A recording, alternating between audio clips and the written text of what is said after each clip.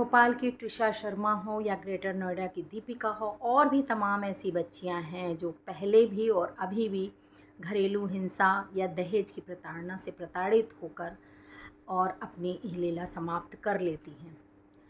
लेकिन क्या इसके लिए सिर्फ वो लड़के वाले ही ज़िम्मेदार हैं? क्या इसके लिए हमारा समाज, माता पिता की सोच और ख़ुद बच्चियों की महत्वाकांक्षा ज़िम्मेदार नहीं है? मैं ऐसा इसलिए कह रही हूँ कि हमारे बुज़ुर्ग हमेशा कहते थे कि रिश्ता हमेशा जो है ना अपनी बराबरी वालों में होना चाहिए। ना सिर्फ आर्थिक स्थिति का स्तर मैच होना चाहिए, बल्कि आपका मानसिक स्तर भी मैच होना चाहिए।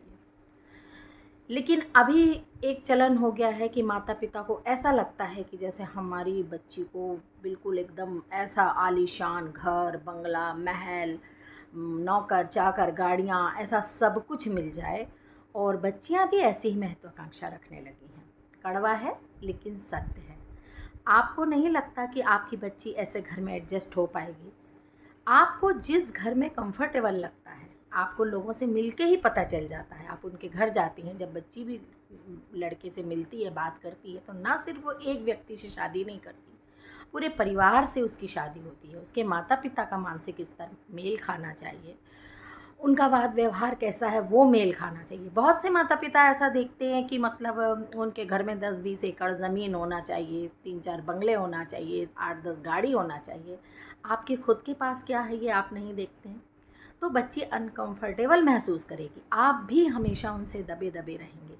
समधि का मतलब होता संबंधी, और वो होता है आपने अपनी बच्ची दी और उन्होंने उनका बेटा लिया। ये दोनों बराबर है, एक देता है एक लेता है, उतने ही दोनों का योगदान है, उतना ही है। बट एक नीचे और एक ऊंचा कैसे हो सकता है? तो कहने का मतलब ये है कि जब आप उनके साथ बैठें तो आप समान महसूस करें, आपको कंफर्टेबल लगना चाहिए। आपको ऐसा नहीं महसूस, क्योंकि आप एक बार का रिश्ता नहीं है, जीवन भर का रिश्ता होता है। आपको कई बार उनके घर जाना है, आपकी बच्ची को तो हमेशा रहना है।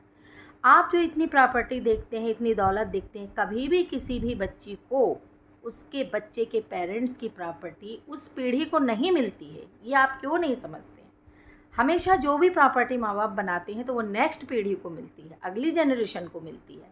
तो आप घर ऐसा देखें जहाँ आपकी बच्ची खुलकर सांस ले सके।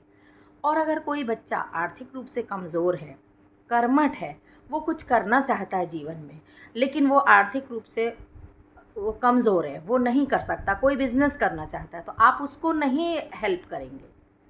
ये कड़वी सच्चाई है।